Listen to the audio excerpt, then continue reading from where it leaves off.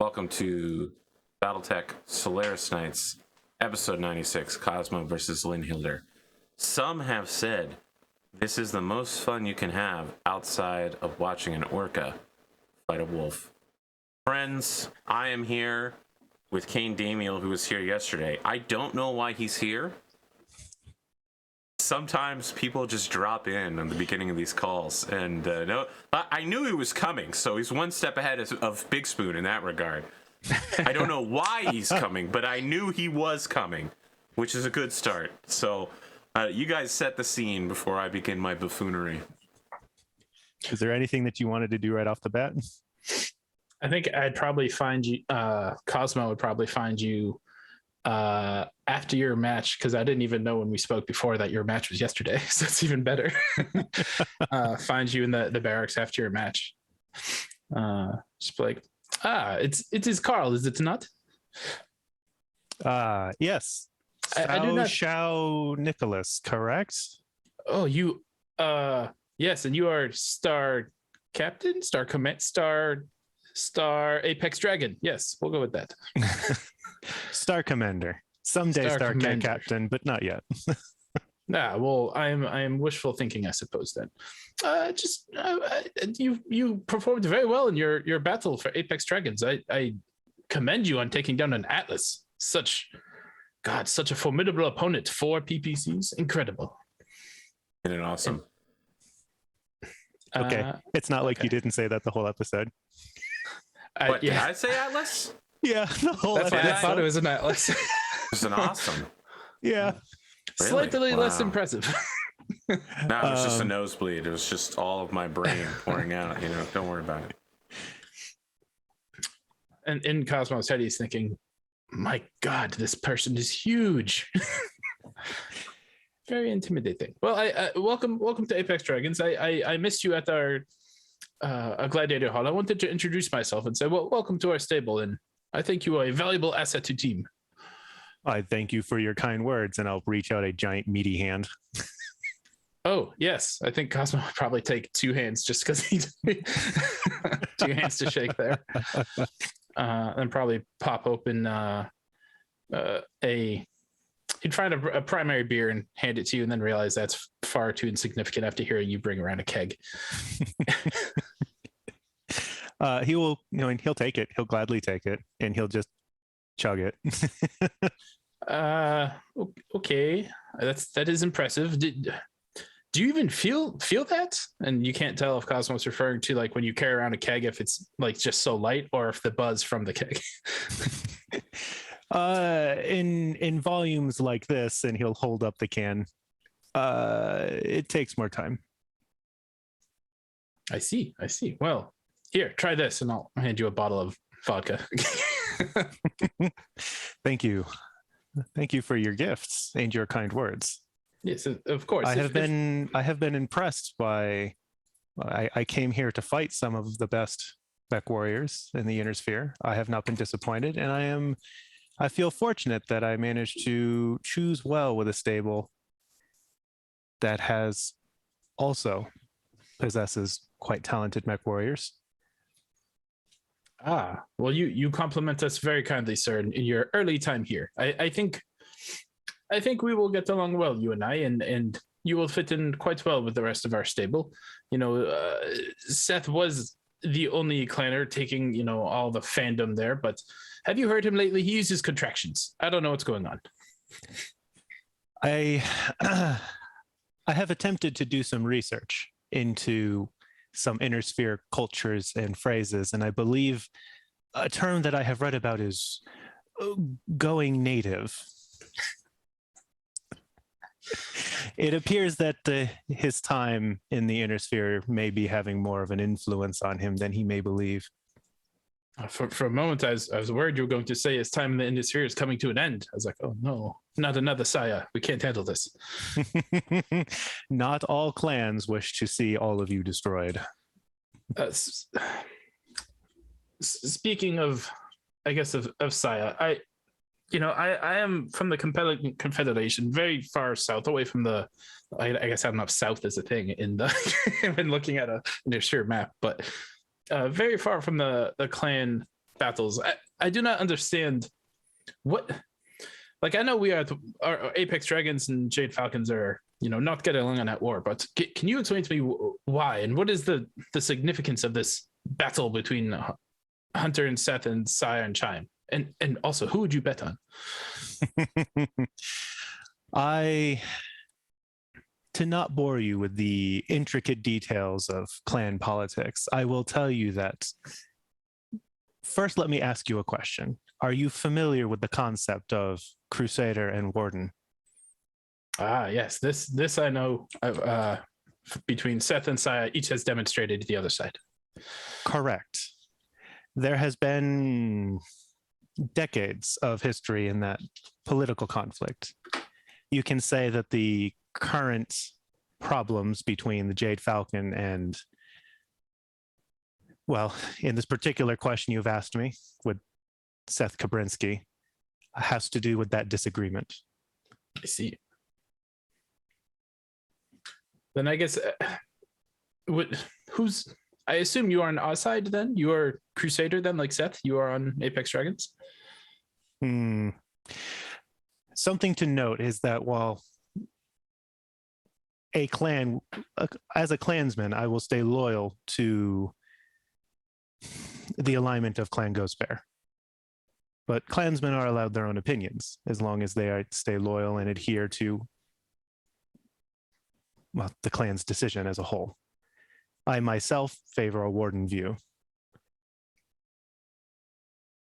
I see. In Cosmo's head, he's thinking, have your own opinions. Huh, that must be nice. You don't get that in the Confederation. This makes sense to me. The only thing that I agree with the Crusaders is that it is our destiny to return to the Inner Sphere at some point. Did I say Seth was a Crusader? I meant to say Yes. Warden if I said Crusader. That's okay. I meant to say awesome, but I said Atlas. I was gauging by your answer. I was like, shit, I think I said the wrong thing. But okay. Makes sense. I will also tell you that the divide between Crusader and Warden is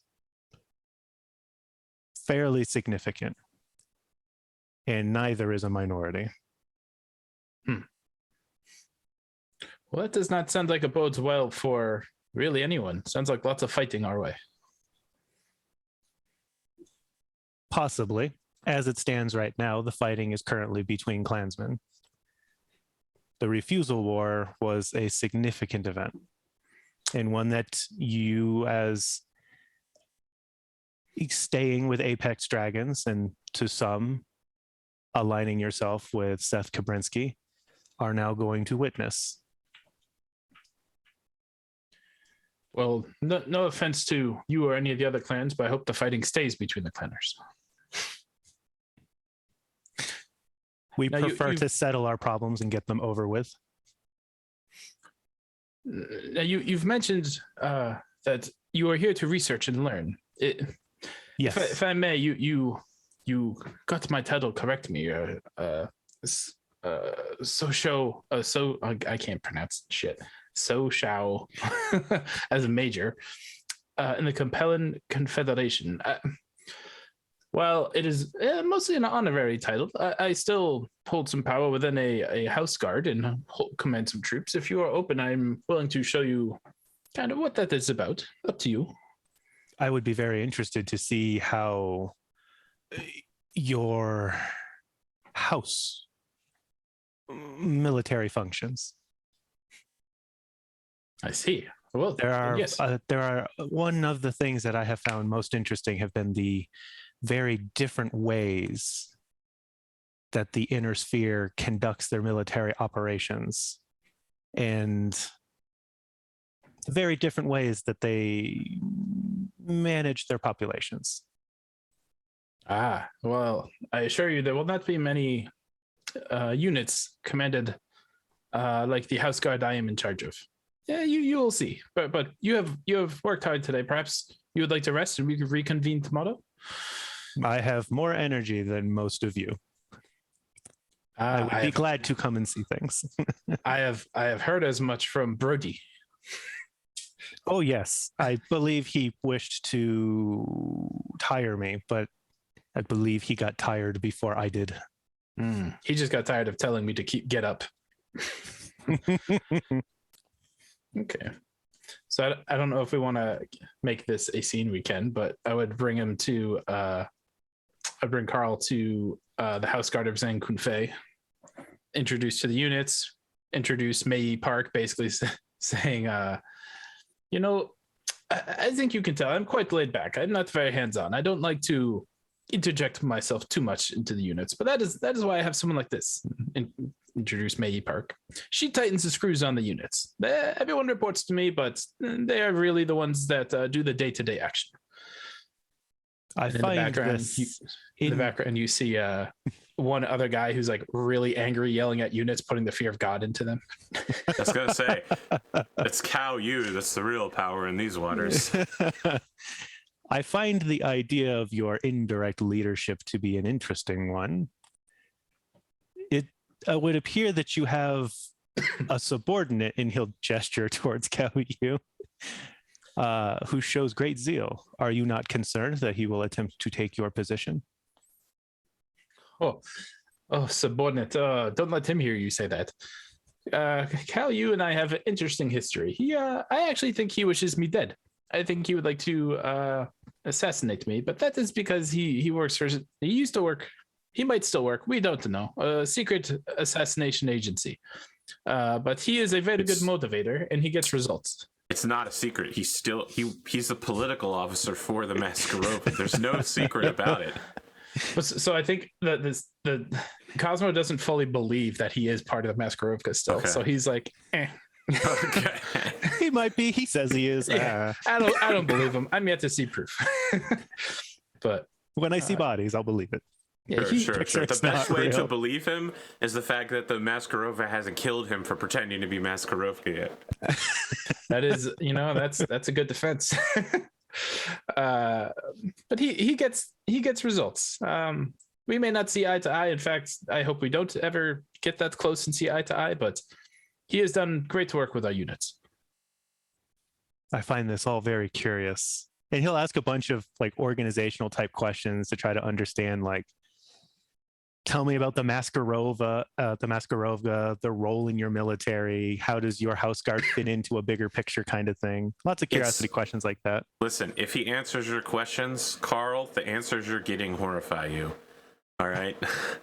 Yeah. I don't think Cosmo would hold anything back. There's like 7 different authorities that you answer to, and you have to answer to all of them and appease all of them. Like, you mess with the Masquerovka, they kill you. You fail to uphold the Chancellor, he kills you. You fail to uphold the nobles that theoretically run the Capellan Confederation, but, in fiction they never actually... Sorry. This is the weirdest part about the Capella Confederation, is that the lore says that, like, the Chancellor's very weak and the nobles are super strong, and they run the country, basically. But in every actual instance, you never hear about any of the nobles, and it's just the Chancellor being, all right, depose the entire planet and replace them with loyalists. Just kill all of them. All right, so anyway, their military is a mess. As you're looking over these troops, they're basically almost worthless. I mean, their military discipline level is quite low right now. God damn it, Cao Yu. He's only been working here for like a month. One job, man. Not everyone can be McGurk. I don't think you can retrain a military unit in 1 month. Again, I don't have practical experience. I don't think you can retrain anybody in anything in 1 month. I bet Butch McGurk could have done it. Well, Butch McGurk is a legendary fucking hero. I'll put my I'll put a hand on your shoulder. I suppose it is possibly a good thing for your nation that you did not have a more direct role in our arrival. I suppose. I guess I can't tell with the hand gesture if he's like, yeah. So maybe how heavily he's being insulted and says, "That was a dire insult, sir." Who said that? Me, Park, your second in command. Yes. Thank you, Mei Yi. Yes, yes. Good. Well, thank you, Carl. I guess Cosmo doesn't know what to do. He's like trying to show off his units. He just gets slapped in the face. So, are we at like the close of this? Because I have a scene for the two of you. Let's see. I'm just checking my agenda real quick. Yeah, I mean, I have a hand wave thing to do towards the end of it, but yeah, no. Now's the time to do that. Okay. That doesn't sound good. Well, he'd offer. Would you like to, since you have shown me your forces here, would you like to have a meal at the Ghost Bear compound? Am I welcome? If I welcome you. Sure, that works. You hear a knocking on a door outside the barracks that you're in, and someone in a messenger uniform, like a bike messenger, comes in with a satchel and goes, Mr. Carl Devil and Nicholas Solowo. Carl Devil, Nicholas Solowo. Del Villar. I have been here for 6 years. You do not know who I am. Yeah, look, fellas, I was told to find you one place. They sent me another. This is all on my time. And he holds out 2 packages, one for each of you. I'll take the package. Okay. He continues to hold his hand out, though, but lightly coughs after you take the package. If you want the tip, you should get the names correct. I've been here for 6 years. And I'll still flip him a coin after I take my package. He catches your... What is a Capellan? Is it? I have no it's not idea. a sea bill, but I don't know what their house bill is called. Anyway, he catches the coin out of the air and bites it to make sure it's real before leaving. Ooh, that would have been good. That would have been good. Fake coins. Carl, you have a package from Star Commander Saya, and Cosmo, you have a package from Star Commander Saya. Does it say right on the front from Saya? Yes. Perhaps we should not open these here. Not You step in front. outside to open it. There's a whoomph explosion. And that's it. As you're saying that, Carl is opening the package. Yeah. Well, listen, that scene takes place in your next episode. Ooh. Okay. Yeah. We'll come back to that. I don't think Cosmo would open it in the middle of the barracks. He'd go find a secluded office. God forbid, Seth or Hunter walks by and sees him opening something from Saya. It's probably like a pair of sunglasses or something. Or a picture of a middle finger. Who knows? Inside is a handwritten letter that says, Cosmo, we have a connection that exceeds the bond between warriors. I ask you to leave Apex Dragons as soon as possible. We will come for the criminal Seth. None have ever escaped the justice of the clans once they have angered our entire society. Any who stand between us and a bandit will be eliminated. Leave now and stay safe elsewhere. Star Commander Saya of Clan Jade Falcon.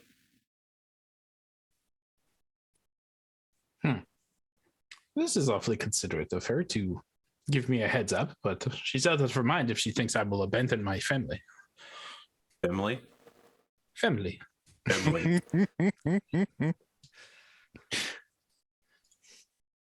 I'll send a Discord message to the other gladiators as a warning, I think. I wrote that down so I actually don't forget to do it. And I will read mine on my next episode. Excellent. Thank you. Can we say You that made the the two of wrong you choice, have... Carl. Wow. They're not going to... Listen, we're not going to do Walking Dead references, okay? It's just not going to happen. I can't do it. I stopped after the prison, all right? We got to some sort of town after the prison. I just couldn't do it. I couldn't do it anymore. All right, Kane, thank you for joining us. I assume Cosmo will have a nice dinner in Ghost Bear territory. Yeah. Get some of those delicious Ghost Bear steaks you can't get anywhere else. He'll make a point of pointing out the other elementals training, and he'll ask him the last thing I wanted to do while we're enjoying our absolutely fantastic clan dinner. So, Sao Shou Nicholas, I wish to understand your opinion on religion. Religion. This is not something I thought I would be discussing with you. That's incredible because your flashback is going to involve religion, but please go ahead. It's going to make this really retro. In the clans, there are clansmen who have a spiritual element, but nothing as far as a religion. We only hold loyalty to our clan. The idea of splitting your loyalty between another organization, entity kind of thing is disagreeable. Is there a specific question in here you're asking me, Star Captain de Villar? I am looking to learn from your inner sphere eyes about whether or not you find this division of Comstar to be concerning or not.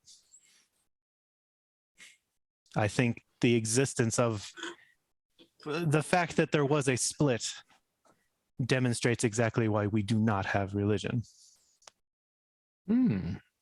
This makes sense to me. I mean, honestly, Comstar I used to see as just the background machine that kept us in the Innisphere running. And then came the battle on Tukiad, which honestly, I thank God for Comstar for that. No offense again. But they saved us in the Innisphere, and it has changed my opinion of them since. I will say, though, that the split that you mentioned, it is concerning. I prefer to put my faith in my house, in my celestial wisdom, which codename for Sun Tzu, leader of the Capellan Confederation, and especially in faith in the machines I am piloting. I think it would be foolish to rely too much on things other than that. And that is why I like my celestial wisdom and his family. God, could you imagine being like, yeah, my god King Ozymandias, I just call him Oz at home. We're good friends, you know? When I was choosing which stable I wished to try to see if I could align with, I did study the gladiators and the personnel beforehand. You have not always been this loyal to the Capellan Confederation. You've heard of my switch back and forth and switch. It appears you had a period of uncertain loyalty. This is true. There is no denying it. I was born and raised in the Capellan Confederation, and while I was say in the streets working for meager meals, not going anywhere, it's very frustrating. But now I see the other side of the coin, and it serves its purpose far better for me now. You are, of course, welcome to ask me questions about the Ghost Bear. I hope you understand that all of my questions were meant out of a place of learning. I understand some of them may have been offensive, but it is more important to me to ask a question I wish to know the answer to. Not offensive, just stirring up things from 5 years ago I had almost forgotten. Well, please enjoy the bounty of the Ghost Bears. I imagine eating with an elemental, like the proportions or the number of meals going is just epically. Yeah, but he has a family though, right? Like who are not elementals, so that's true. But like the meal he's eating for like an 8.5 foot tall person versus Cosmo, they have like two sets of dishwares essentially. He gets a turkey platter and they get regular sized plates. He's using the ice cream scoop as a normal spoon.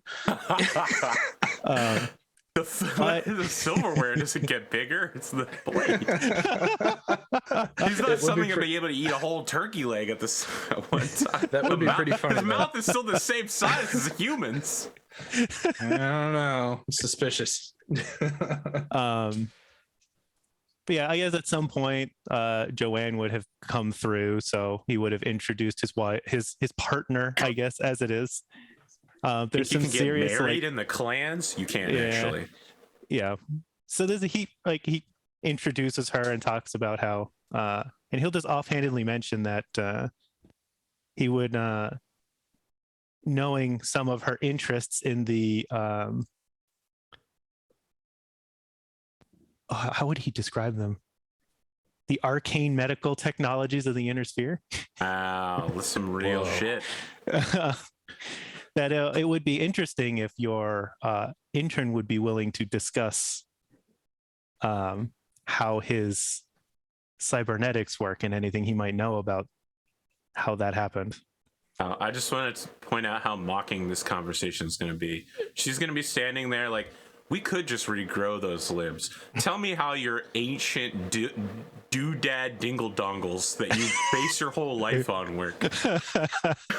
You know, you have third generation hand-me-down pieces of garbage where all you needed was 4 investors to give 6 wealth each and we could regrow another human. But it seems like I can't believe that the investors passed that up, the chance to regrow clone limbs. They let it go. They let it go. It's so bizarre. They'll spend money on anything but medical technology. What are they, America? We don't need defense, just offense. Exactly.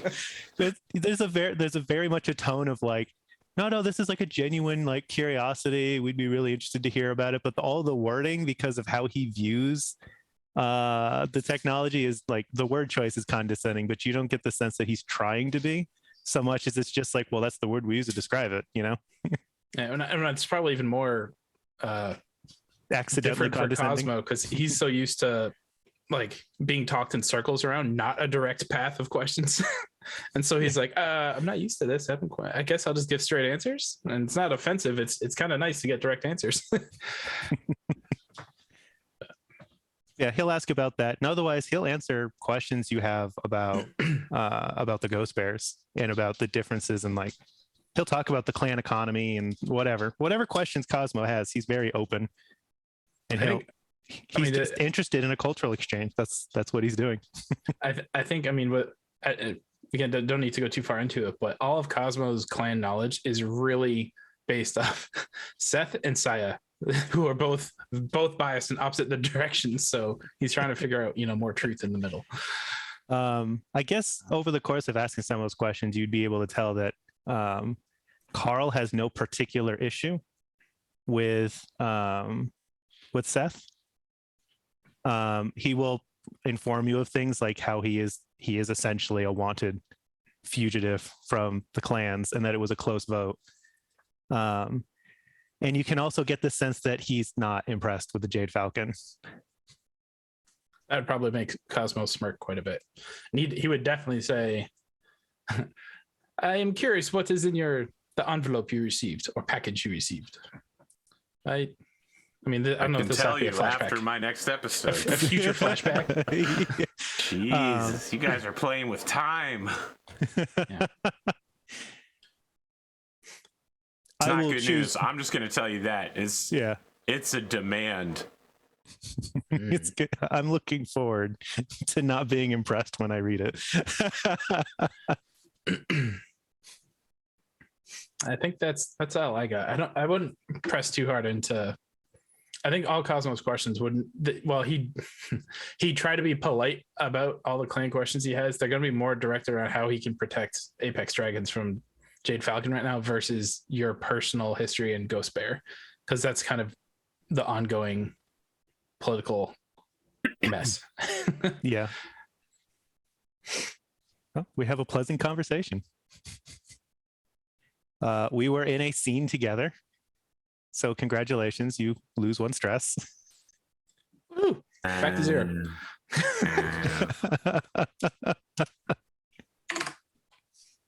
I was worried about that one for a while. I think all of season 2, I don't think I've gone over 1 stress. Oh, geez. I'm just I'm inviting trouble now. Yeah, you are. That's not a challenge has been set. Yeah. All I need is another merc mission where every infantry I kill gives me stress. Oh man. But that was my list of things to do. I don't know if there's anything you wanted to do. I'm good. All right. Okay. Let's get back to the episode then. Get out, Kane. You think you can just hang around here? I gotta go back to the past. Cosmo. He left before you could finish your insult. I know. Insult. I just said I had to go back to the past. Jeez. He didn't know what it's going to be though because he Who do left. you think I am? Insulting my own cast members? Ridiculous. Several weeks ago, on your trip to Heligoland, Yeah, buddy. you briefly stopped on outreach to speak with a Wolf Dragoon's representative. Now, I'm just going to straight up tell you, there's not enough time for you to land and come back, right? That's an extra 7 days of travel time. You do not have that kind of time on this trip. You basically went to Heligoland, landed, spent a day there, waving hands, and then coming back. So glad handing everyone. Yeah, your communication takes place at the jump point. Like someone will dock with your ship and meet with you from the Wolf Dragoon. Oh, that's awfully nice of them. That alone says that they think it was worthwhile to meet. If no one showed up, that would have been embarrassing. Right in front of Zanku. It should be noted they have a bunch of space stations and warships, so you know they have a better space force than literally anyone.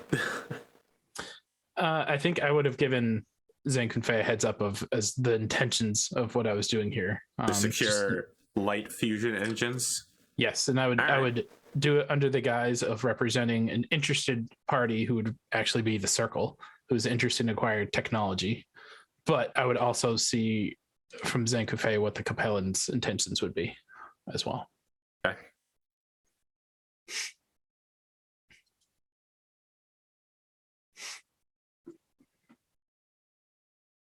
So, the man who meets with you is Tenet Babish. He just kind of floats into the room with you. He's got silvery hair. He looks way too young to have, silvery hair.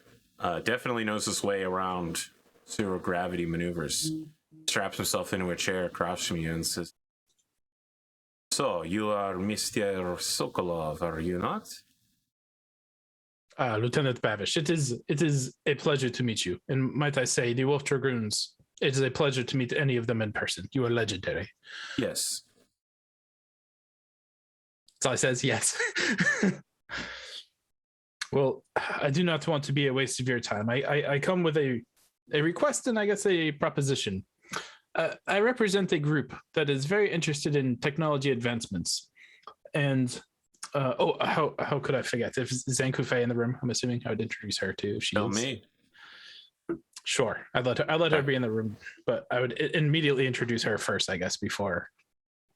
And as you know, myself and Lady Kunfei, we are also representatives of the Compelling Confederation. So a number of parties represented here on our side.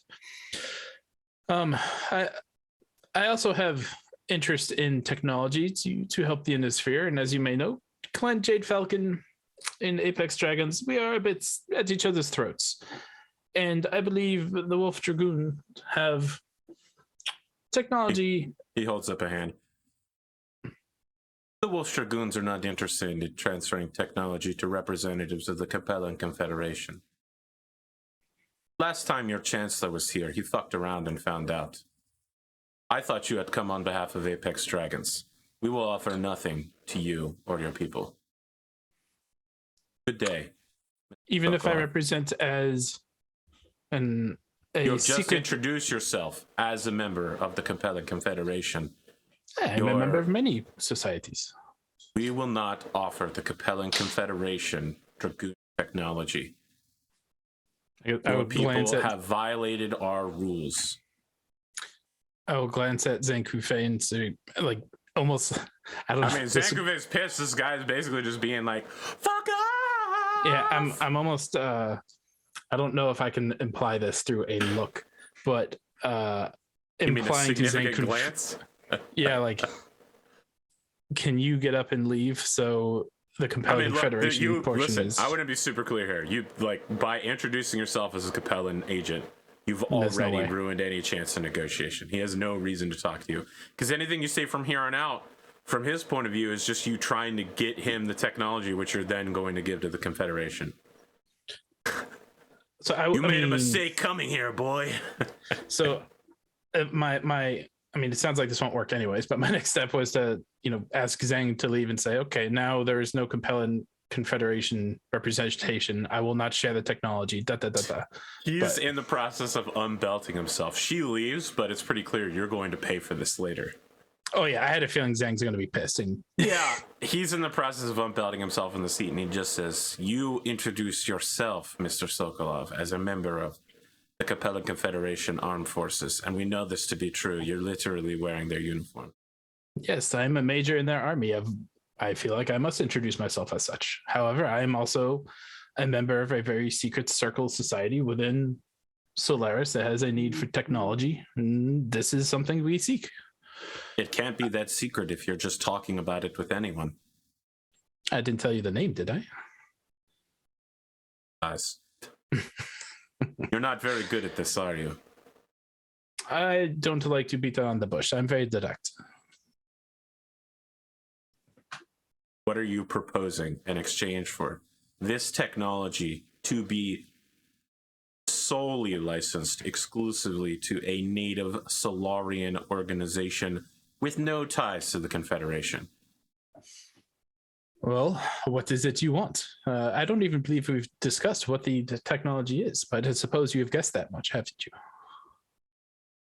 You already have access to clan technology. There's only one thing that we make that isn't already available to the Apex Dragons arsenal. Yes, your light engine. And honestly, what's amazing is that was not his conclusion. He was going to go with one of the exclusive Wolf's Dragoons designs. Oh, really? Why would he suspect the engine? Technically, the Dragoons don't actually make that themselves. They have Blackwell make it. But yes, when you say the engine, he says something else. Like, I don't remember. They have a couple of unique mechs. And he's like, oh, the light engine. Interesting. Yes, I thought perhaps you wanted an annihilator. That feels like a Wolf's Dragoon's mech. I feel like in Cosmo's head, he doesn't say any of this out loud. He's like, this man does not even know what class I compete in. I literally have like 5 mechs. You just got a new battle mech today. Ultra bought you a mech. Oh, that already happened? Jesus, that's fast. Okay. Yeah. All right, then. All right. Well, I apologize if I misled you into thinking we wanted a Wolf's Dragoons custom refits, but my goal here to represent this society is to help close the gap between the Innisphere and clan technology by introducing the light engine, so that, frankly, when a mech loses a torso, it may continue to fight. This edge that the clans have over us, specifically Jade Falcon right now, it is quite large. If you want our light fusion engines on Solaris, some of the supply to be diverted to you, we're going to need 2 things: money, and a lot of it. You're going to be paying manufacturer's price. No, you're going to be paying retail. There we go. Retail price. I was like, okay. Number 2, you have to prove that you're worthy of using this technology. Till Apex Dragons defeats some of those clan members that have been hounding your particular projects, till Saya Jade Falcon is defeated, we will not open up our reserves to you. This we can do. I will work on this. I think we have many members of our stable who are interested in that same goal. So in this, we are aligned. Yeah, there are a lot of people who are interested in a lot of goals. Doing it is a different matter. We will speak with our actions, and then we will discuss this deal further. I believe you will be impressed with how quickly we can turn around what your expectations are. I haven't been impressed with any part of this conversation. Sorry, Mr. Circle. I get that a lot. He finishes unstrapping himself and leaves. I'll go back and let Zen Kunfei beat the shit out of me. I mean, it's not that he beats the shit out of you. It's just that you get the cold shoulder for like the rest of the trip to Heligoland. So in Heligoland, it's recognized that the Capellan Confederation, and specifically the House of Kunfei, is given special consideration. It's essentially like they're bribing you not to come over and conquer them. Right? It's not the same as having full control of the planet, but they won't stop any non-military transit like tourists or citizens just visiting from joining them, from stopping on planet, and that the military units can visit given, you know, certain oaths and considerations and a whole lot of cash. So I would have, Cosmo's thinking in going to Heligoland was mostly just to like glad hand. He wasn't thinking of military presence, military force, anything like that. Just that's good because they're not thinking of that either. Right. They don't, what I don't know is that. what Zen Kunfei was thinking. I'm hoping she was more aligned with what Cosmo was thinking of. Hey, you know, we did their festival. We did well. We can't bring the lobster, unfortunately, due to sickness when traveling. But let's actually go in person now and take it to the next level, showing our respects. Let me be clear here, right? Zen Kunfei is a dragon. All right, you give her an inch, she's gonna want to eat the whole mile. This is mollification. This is keeping her pleasant for a couple of months before she starts her next plot to take over Heligoland. She enjoys the parade, she enjoys the prestige, but it's not enough. She'll be back, and they will address her as Mandrissa, not Miss. I mean, I felt like sense. that was a pretty good line. All right. I mean, that is pretty. It is good. It scares Cosmo a little bit when he starts to figure this out, but in the meantime, he's just doing what he can to keep her happy. And he's noticing every time to keep her happy, it gets more and more and more and more. So she picks up I don't even know why I'm still on this screen, by the way. I forgot to switch back to the normal overlay.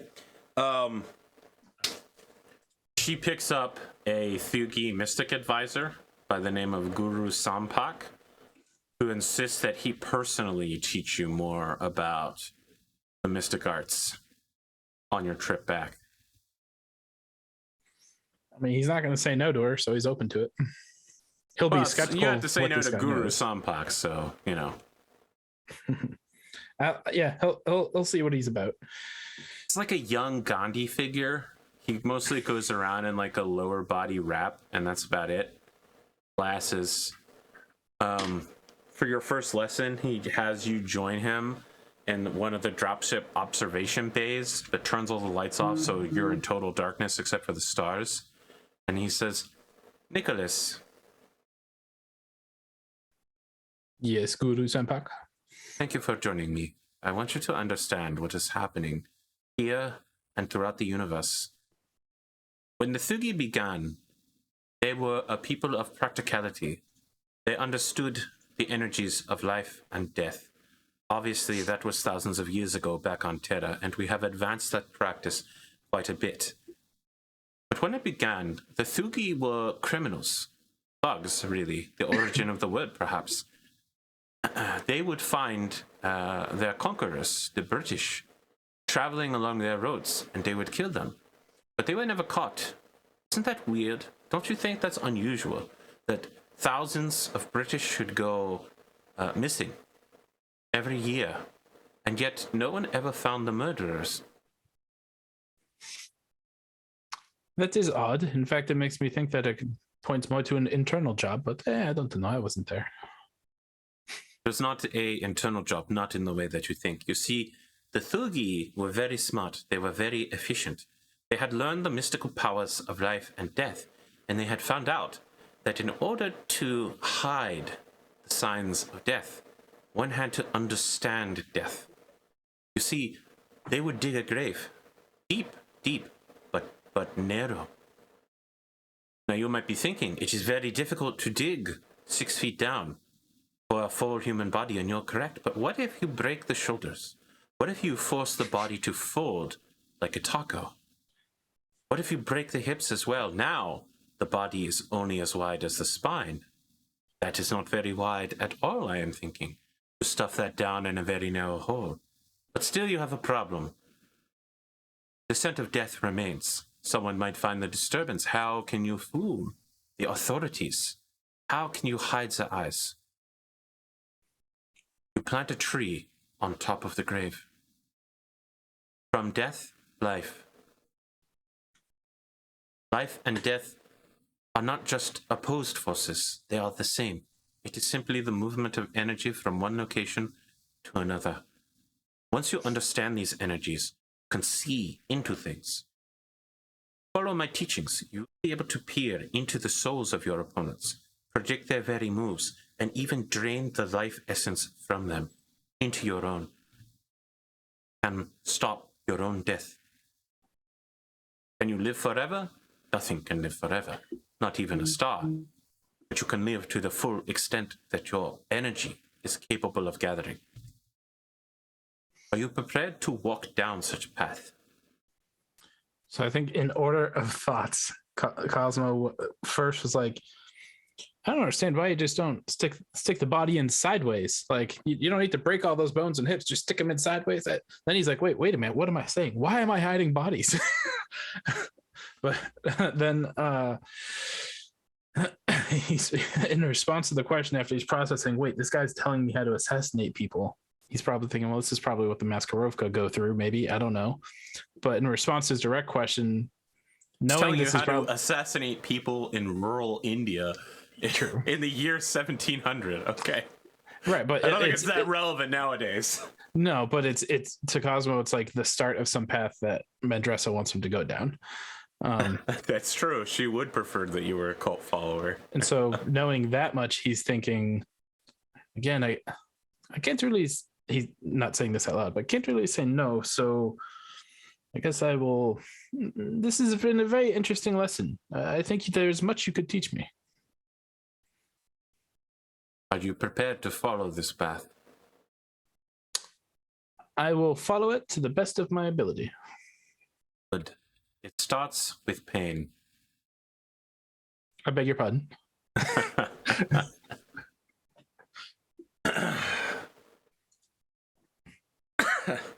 You must learn to survive 6 feet underground with broken hips and shoulders for 1 week.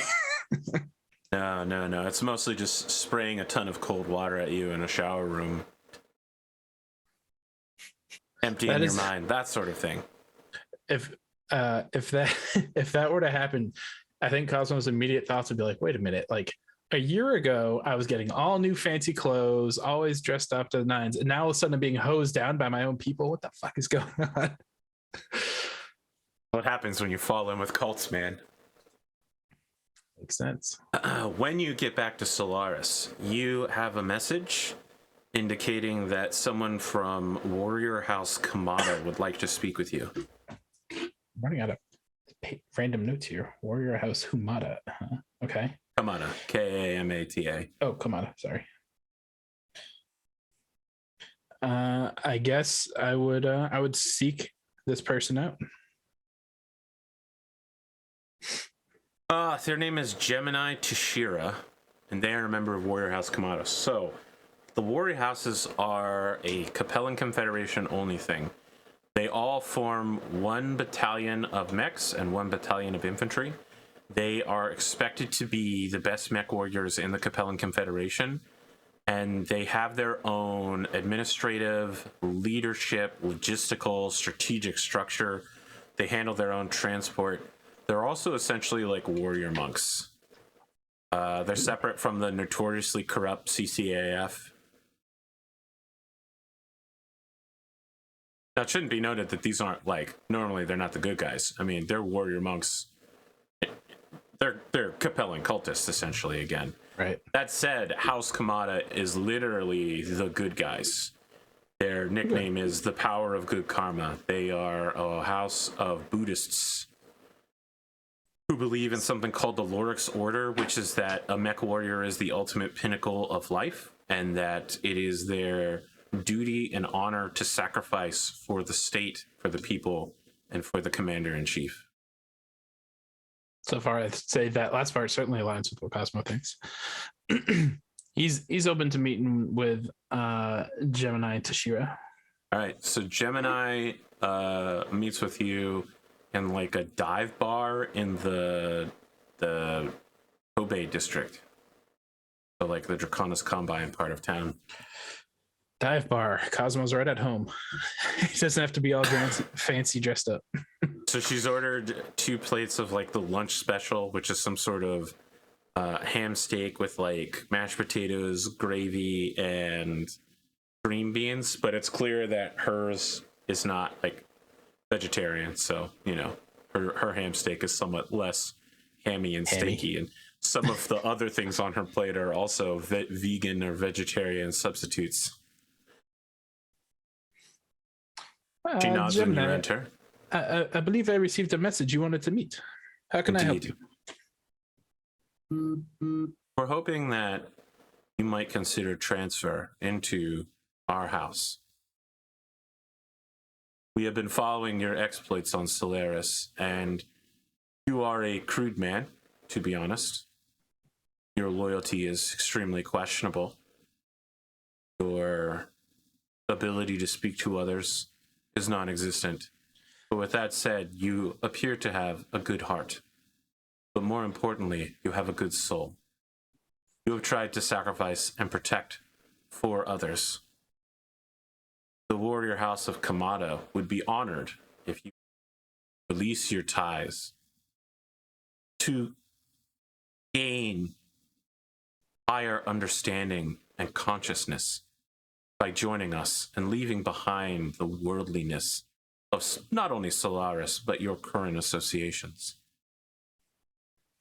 You want me to stop being a gladiator? Stop aligning with my Mandressa? You are a large excellent ask. warrior.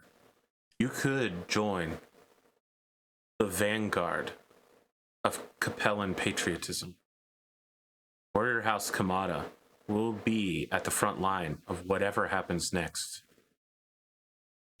It will not be long before the clans push their way through the Lyran Alliance, the Federated Sons.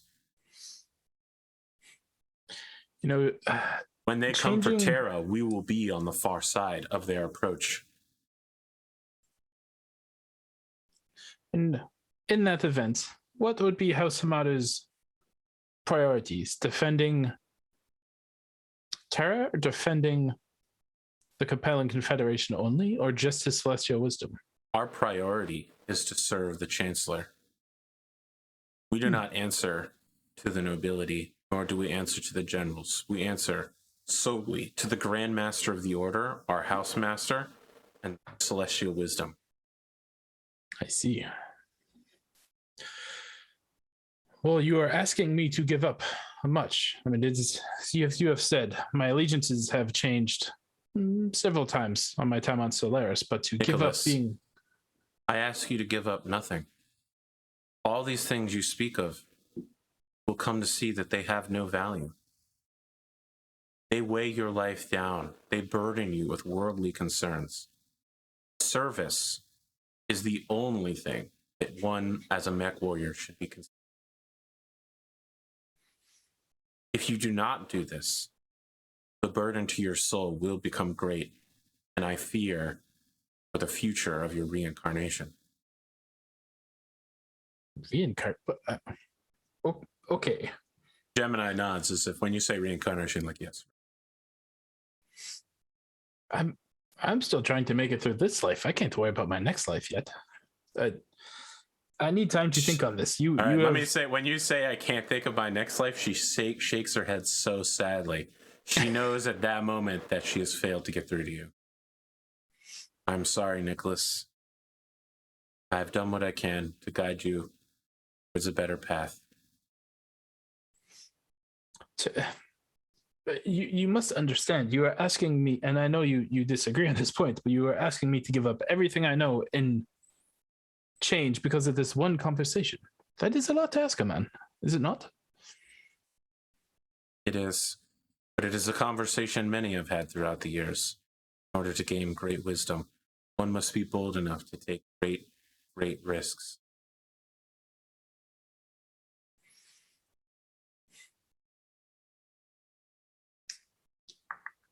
Give me. No, she gets up and leaves. Oh, okay. Nice to meet you. I'll stay and finish my meal and beer. When you get back to the barracks, your lobster's waiting on your bed. It waves to you with one lobsteriness.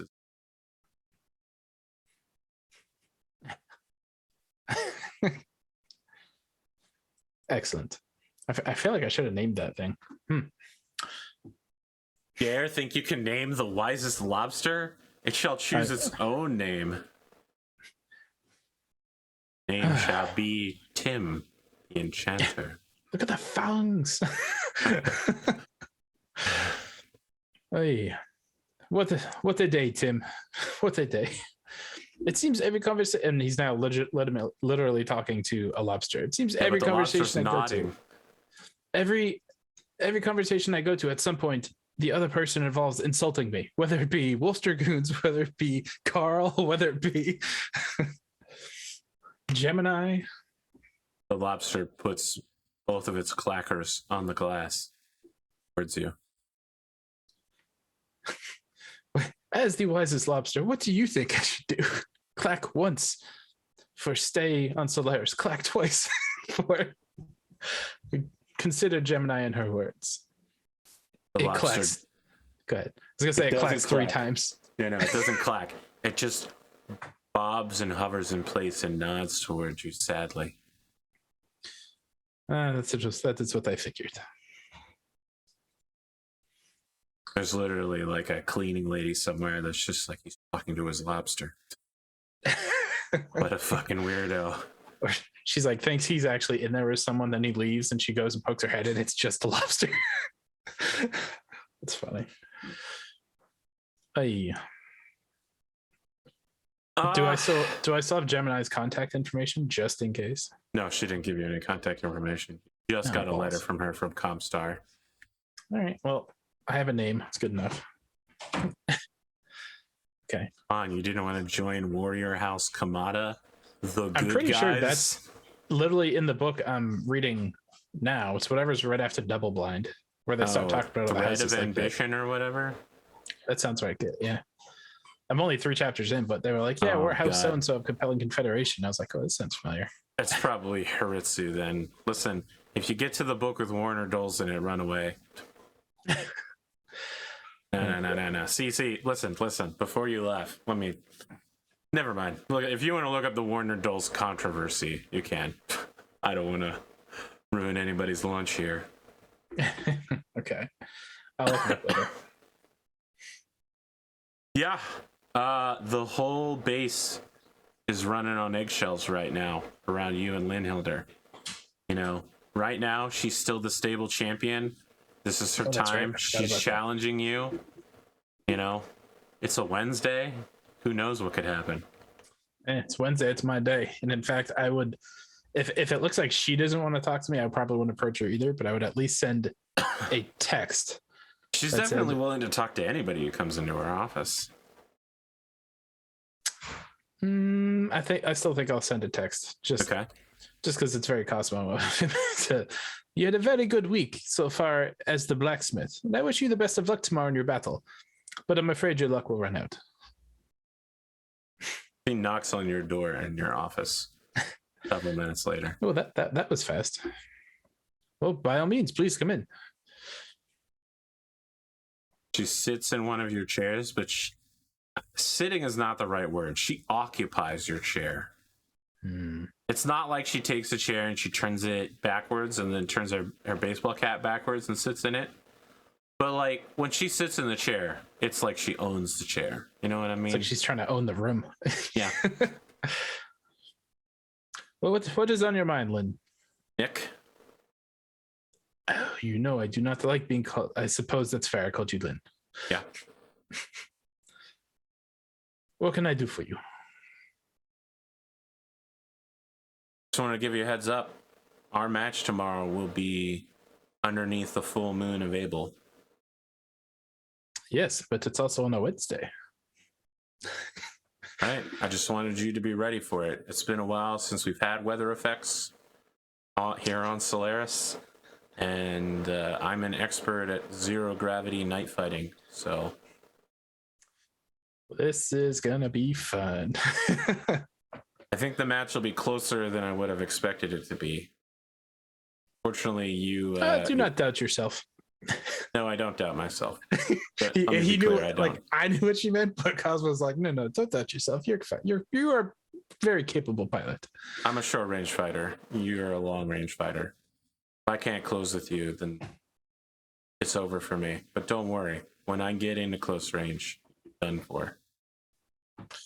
You sound just like Kaseki. And at that point, I think Cosmo kind of realizes, wait a minute, that Kaseki's not the one who trained her. Or is he? I don't really like him. Why not? I get a bad feeling from him. Well, he wins.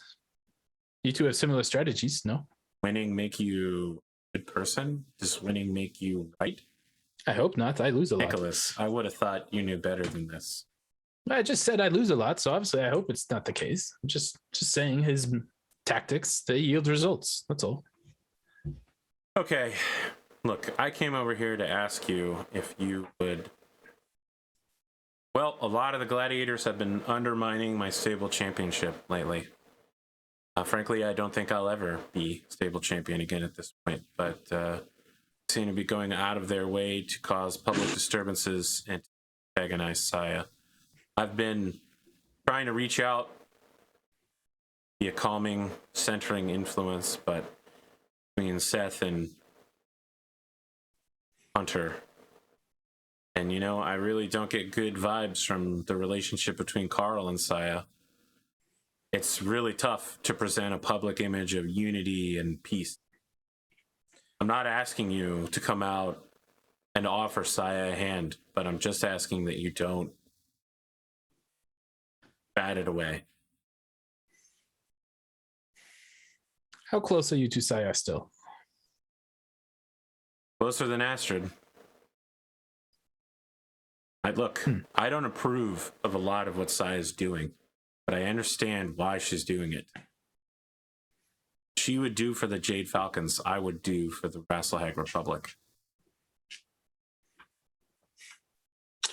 I think what you are experiencing from the other gladiators, frankly, that is just who we are. It is not anything personal to you or against this U.S. stable champion. Yes. Every one of us as champions have gone against this. I know, Nicholas. I know. And I was hoping that maybe we could show some unity or respect for the leadership.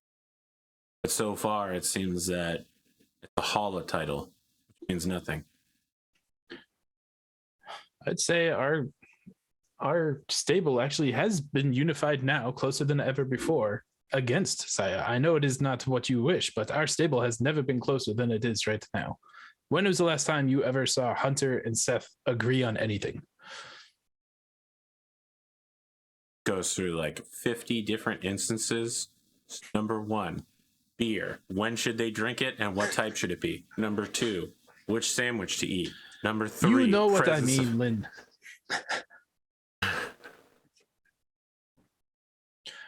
Whether it's due to you or whether you like it or not, our stable is closer knit right now in a common, what we see as an enemy. And I know Saya is still a friend to some of us, but you have to understand what she did to us. Many of us cannot forget. She did nothing to us. Her family has done great things to us.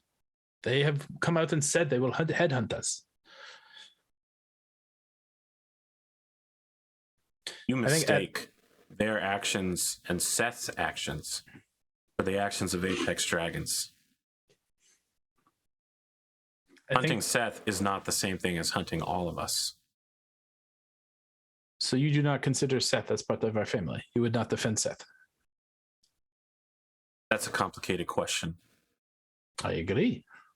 From their point of view, he is a criminal. I would never defend a criminal. You are he is very a black member and of white. this stable. That makes things a little bit more difficult. Yes. And But I he's saw. here. He's not in clan space, and they don't have any say over what happens here.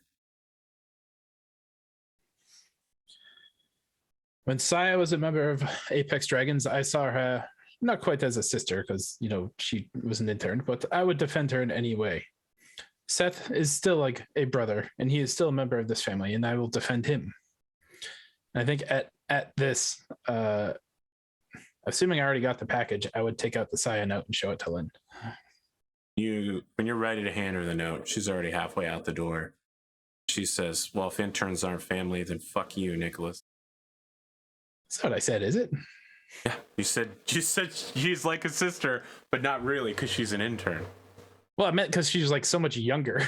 not because she Linhildr was is also an intern of the same age group.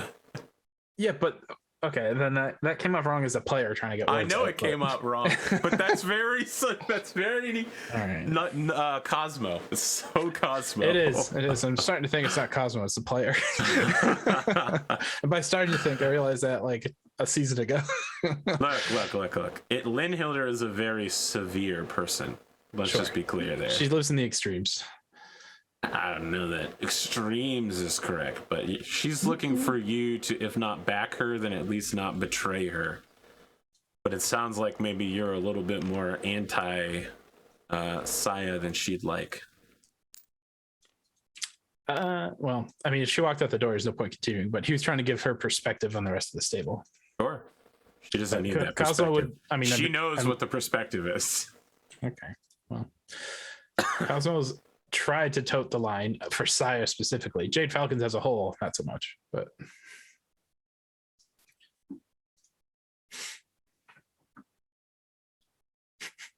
once again, we are about an hour in. Battle hasn't started. Here I was thinking it wouldn't be too long. But kidding me?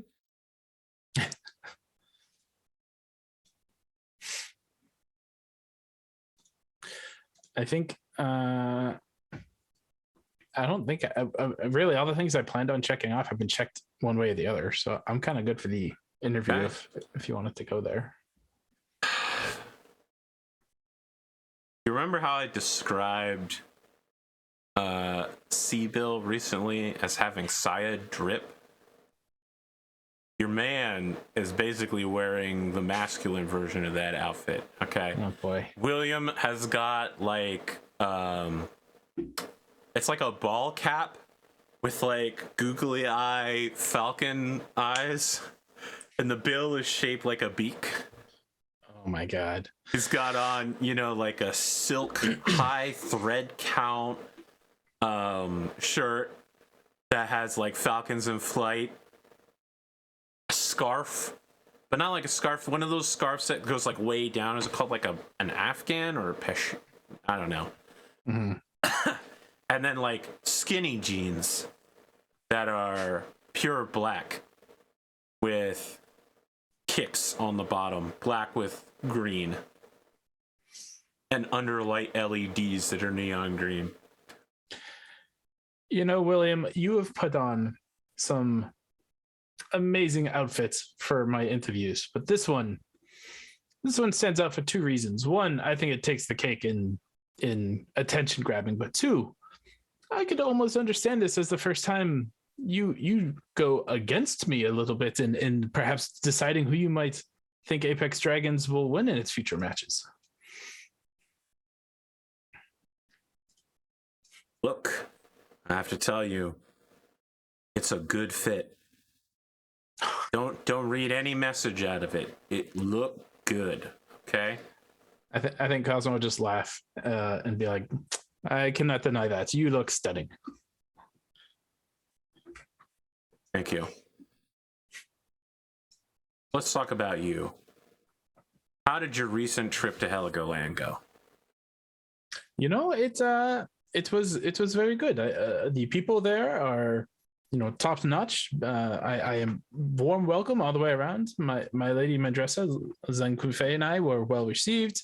We had a good time. Met many of the folks. Can't complain. All good. I will say it was a lot of traveling. Not the biggest fan of spaceship travel, especially trapped in that tight space. which is ironic, because I like being in a battle mech, also tight space, but I'm in control then. I feel like we learned a lot about you very quickly there, Nicholas, something that psychologists and clinicians will be dissecting for decades afterwards. Well, they can have my brain when I'm no longer using it. Let me ask this. You are the current holder for the Class 2 rank 58, correct? That sounds right, yes.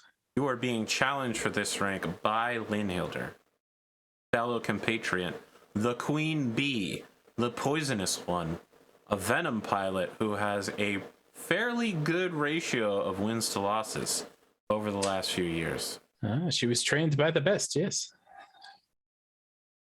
You are referring, of course, to Amos Everett. The ferryman, yes. He had quite good tactics, yes. You consider him to be record. the best trainer Solaris has ever seen. Well, no, I mean, it was a figure of speech. I meant Apex Dragons training the best interns. Okay.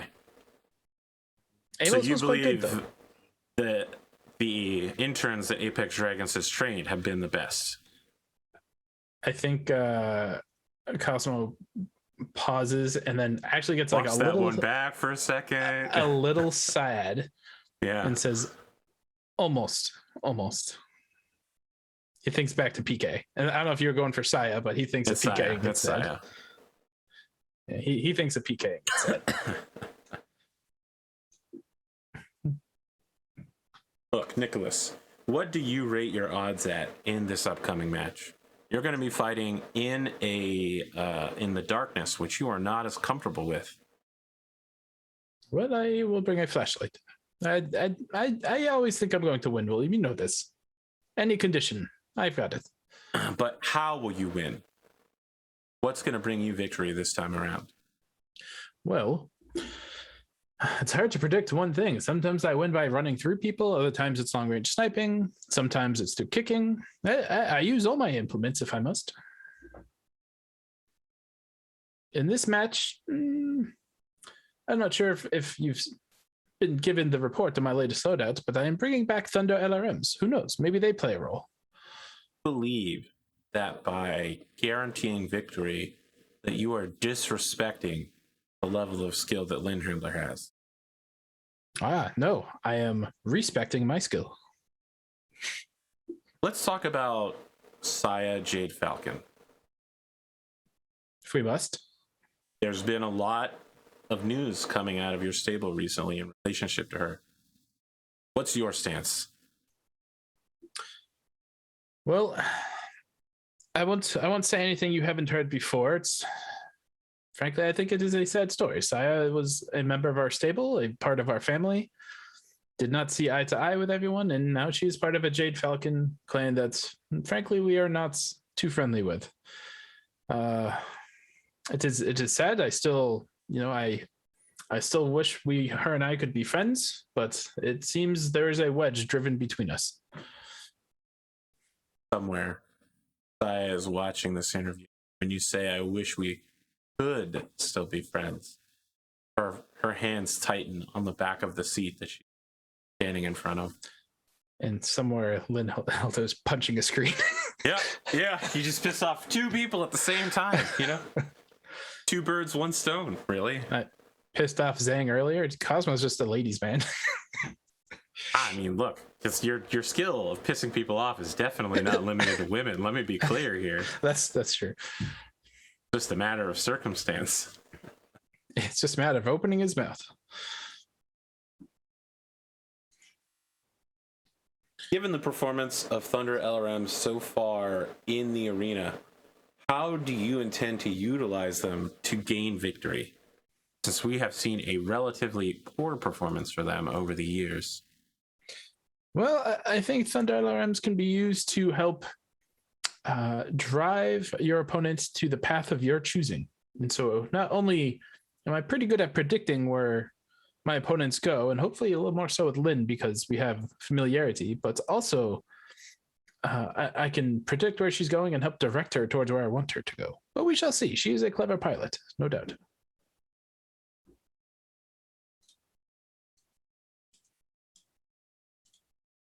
Very well. Anything else you'd like to add here? Well, as you know, I like to predict my eventual success and victory. And this time I think we're going to go back to good old Fulcher. They have stood by me through all the years and never let me down. So long since I've heard of Fulcher. Nowadays, it's all ruined industries, man.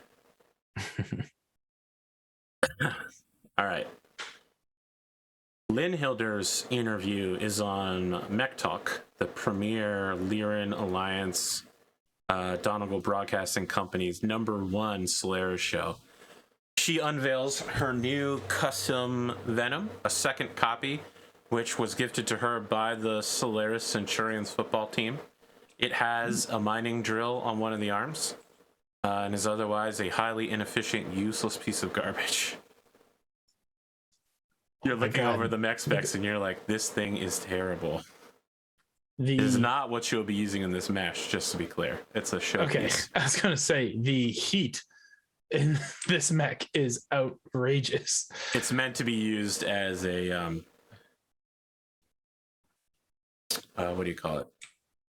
Mech football machine. Makes more sense. Linhildr shows up the evening of the match, silently getting in her mech. There's no theatrics, there's nothing. She's just disappointed with the events leading up to this match. She did not, in fact, guarantee victory either. Dun dun dun.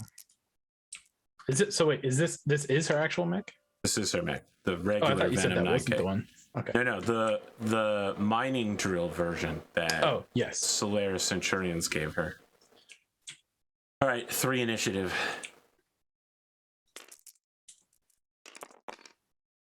Uh, 8.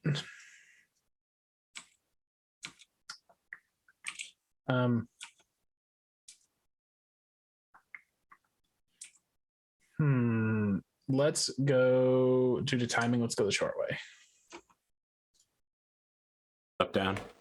Yeah, I'll take down, I suppose. Okay. I don't know if there's a difference. You know, I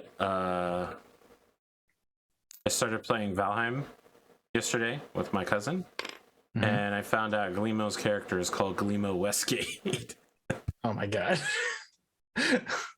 It's just too fitting.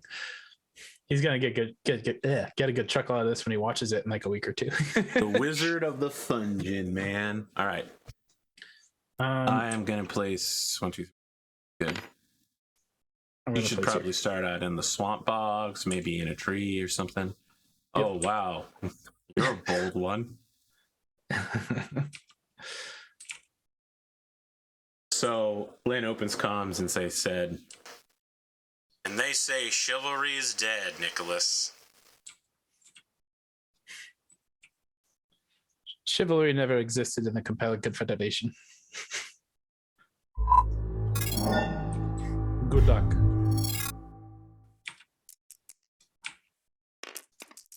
Ah, 3 again. To abandon these dice. 7. Like the Draconis Combine battled the abandon the Free Rhyside Republic. So how exactly do you want to do mines or Thunder LRMs? That's exactly why I didn't start over here. They will set off if they land in the correct hex, right? But they have to do the minefield thing. Yes, so I guess where I put them, should I just put like a dice every time where I shoot them or something? Sure, like one of the flag markers. Oh, I can do that. Yeah. Okay. All right. Let me look at the minefields chapter since this is a pain in the ass. So you're going to be delivering minefields of intensity 5. I ran 12 hexes, which is what, a 4? I'm going to use the Eric Vulgaris die and stay put, by the way.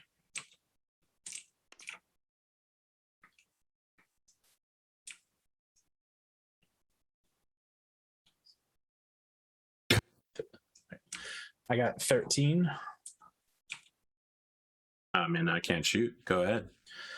I guess first I'll do the so what are the modifiers again? You said it's dark and gravity. So what does that do? Not so that's just her ability. She ignores low gravity conditions as well. It's full moon night, so you have a +2 to hit. Every 20 heat you generate gives you a -1 to be hit, and you have a +1 to move, except as a night walker, she ignores up to +1 movement. Oh my god, I hope no one gets there. Okay. Because they're easily going to get there. +2 to hit. Okay, so I'm a base 2. You got a 4, so that's 6. And it's medium range for 8. So 10 for the +2. Or did I already do the +2? I can't remember. I did the +2 already. That's 8. So ER large laser for 8. Hey, that's a good start. Okay, then to shoot the mines, I guess I'm gonna be shooting in hexes. Hex, yeah. Which is immobile target, so -4. Okay. So I need base 2, -4 is -2, +2 for darkness. We're at 0. And we'll just say range is right there, 7. So I will put 1 here. Can I copy? No. I'll put another one right here. That requires me to shoot 0s. I don't know why I'm rolling. I guess if double ones, they'd go somewhere else. But Double ones, yeah. Okay. That's my turn. So you have a 10-point density minefield. Okay. Well, I suppose I have to shoot 2 trees. And I actually, I couldn't see that one. So I guess I'll shoot here instead. Because I couldn't see this one. Oh, so you're putting 2 5-pointers in? Okay. Yes, sorry. All right, well, you've become a pain in the ass. Very well. Dice aren't as shit as the other ones. No, they're still shit. I got a 5. 9.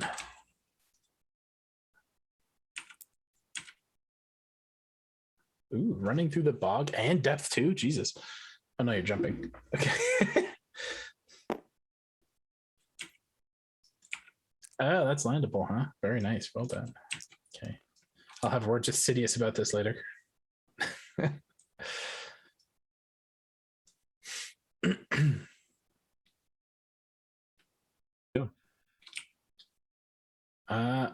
Eric will get her stay. Not moving.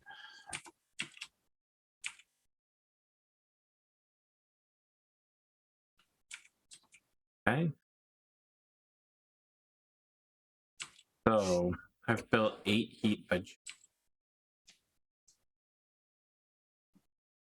fire 1 pulse laser without causing problems. I'm going to fire 2 pulse lasers. Still cause problems. Dark. So I'm looking at a +2 to hit. So 2, 7. We're standing in woods. Heavy woods. 8, 9. Long range brings it up to 13. That's 11's the hit. That's really not that good. Only fire 1. Does she have jumping jack? No. Who would buy jumping jack for Linhildr? Hunter would. No. No, I'll look directly at the camera. Who would buy jumping jack for Linhildr, audience? Who would buy SPAs for the NPCs right in front of player gladiators? We only do that when the gladiators are hurt. Perfect. All right, well, you're up. I need a 2, 3, 4 for darkness. +4 is 6. 8 again. 8 again? That can't be right. 2, 3, 4, 5, 6, 7, 8. No, it is 8. Okay. For the large laser. Man. I'm going to use my first point of lucky to reroll that. Oh, wait. Fuck. I'm not going to. It doesn't matter. I miss anyways. Don't reroll the 1 dice. Right. Just the reds. I'm going to attempt to put mines here and here. Madman. I need 1, 2, 3, 4, -4 is so we're at zeros, and it's in our range 3. So I need 4s. First one's good. Second one's good. Where the heck was that with the laser? Damn it. So now there are 5 mines here, 5 mines here.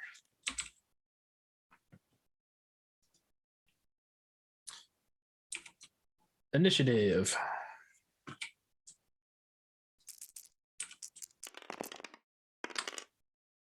I have an 8. I also have an 8. I'll use my single reroll, and I got a 14. So you go first.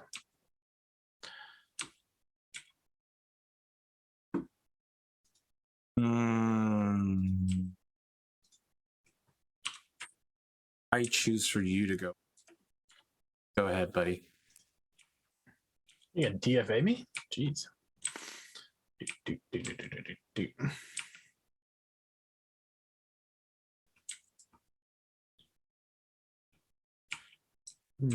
Jump of 8 is pretty far. What's your heat at? No heat, huh? Okay.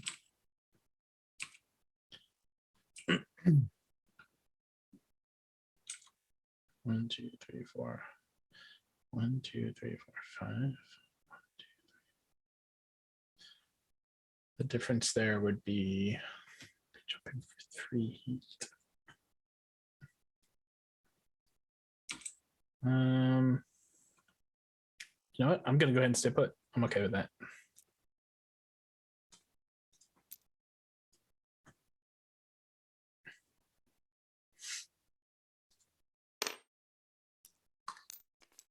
No. Okay. She gets bogged down. She does get bogged. She got stuck. I mean, you automatically. Oh, it's automatic, right? Down. You're right. Yeah. You're right. The question is if she falls or not. If she unbogs, She is perfectly fine. okay. Go ahead, make my day. Was that a jump of 5 hexes? 1, 2, 6. 3, 4, 6. Okay, so that's +3 plus the jump is a 4. Oh, No, it's right? just 3. Just 3. Okay. 2 plus 1. So 2 and 3 is 5. Darkness 6, 7.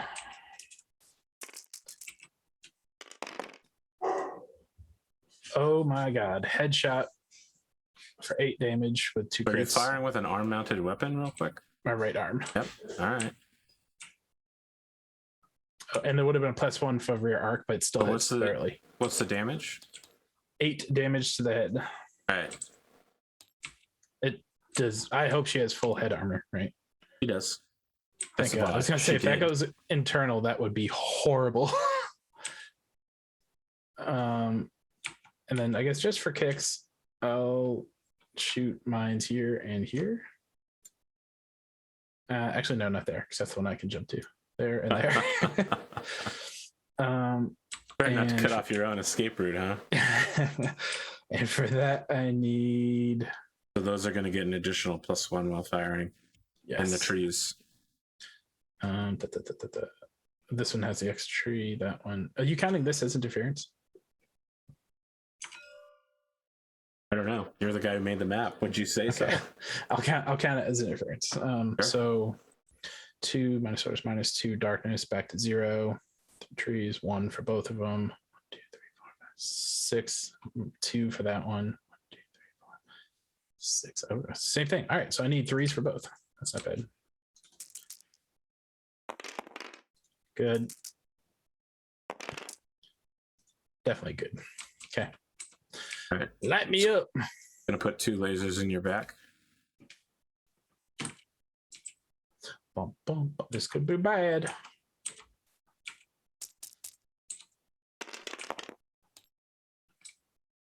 Uh, 6 damage right arm. Right arm.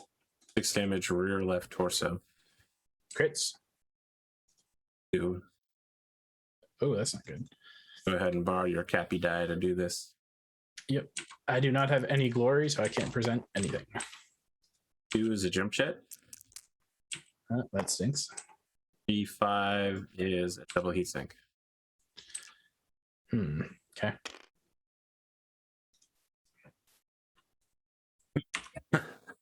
So she jumps behind you, and like right as she lands, you're like, dodge this. But in the process, she gets into your rear right torso, and like your back is suddenly like, warning, warning. Oh, right Jump torso. jet destroyed. Whoops. Double heatsink destroyed. Levels rising. Ambient temperature nominal. Did you put this red dot here on the fusion engine, or did I didn't. It might be from the last. Okay, so it was this, and I Just don't. the same Which, sheet do you know you which used jump before. jet? I'll just go. Yeah, it's the second one. 4-2. Fudge. Okay.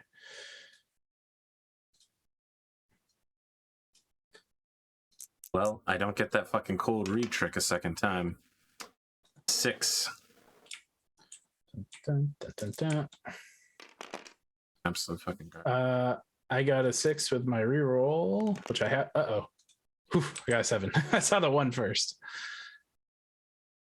So you first.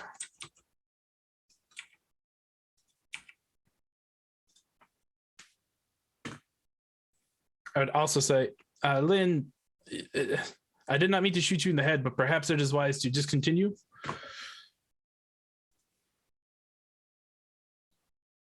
I would really, really not like to get another headshot.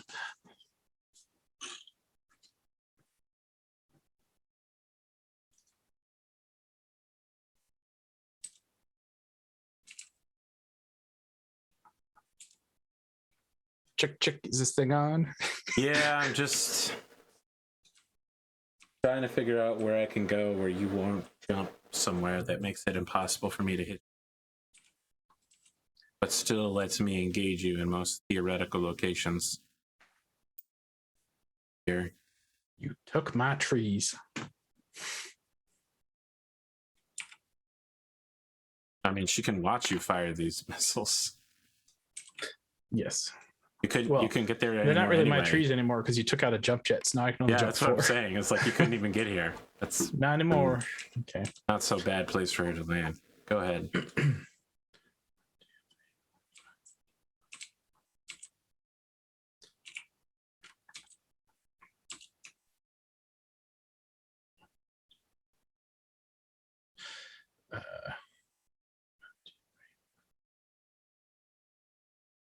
Bog's a +1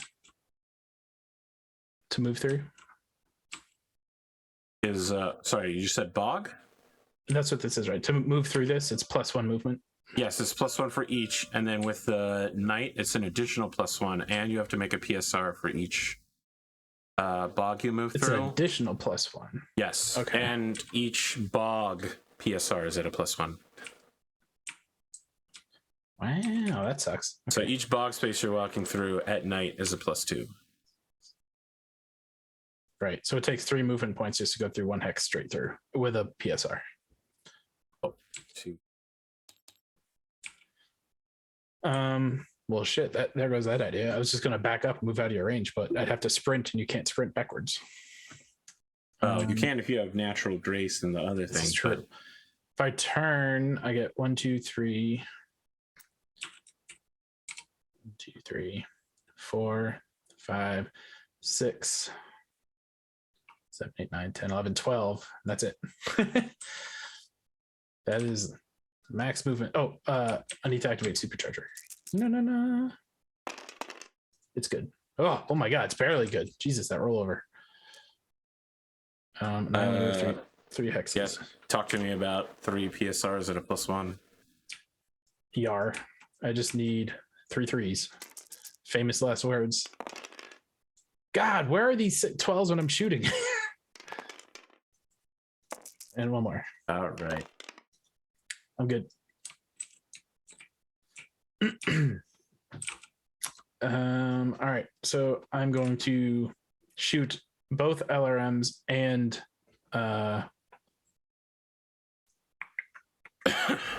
and a large laser at her, I guess. Base 2, darkness goes up to 4, 5, 6, 7, trees for 8. And we're at 7, which I believe is short for all of them. So just whatever the last number I said was. Damn it. 2, 3, 4, 5, 6, 7, 8, 8.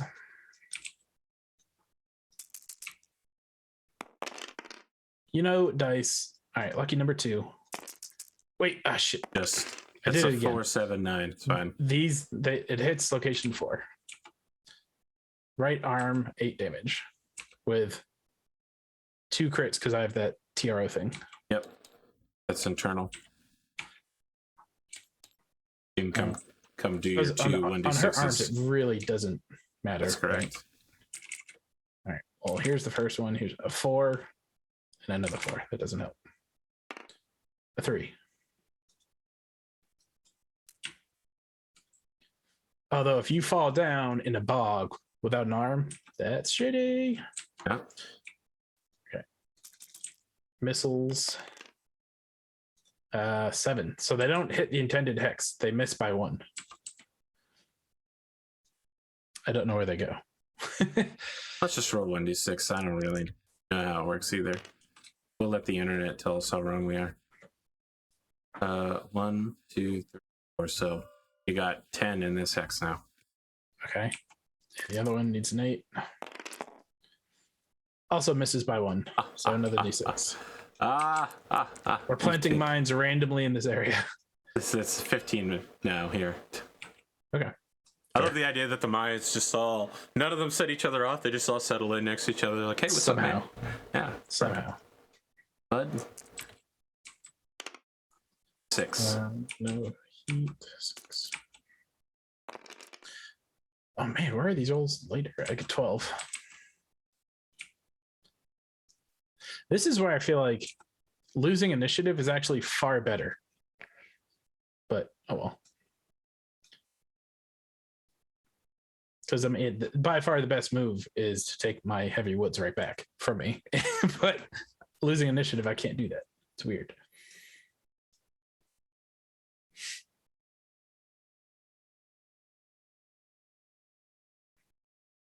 I feel like there must be some mathematics about your theoretical jump range of 4 and where I could place myself to be within 6 hexes of all those locations.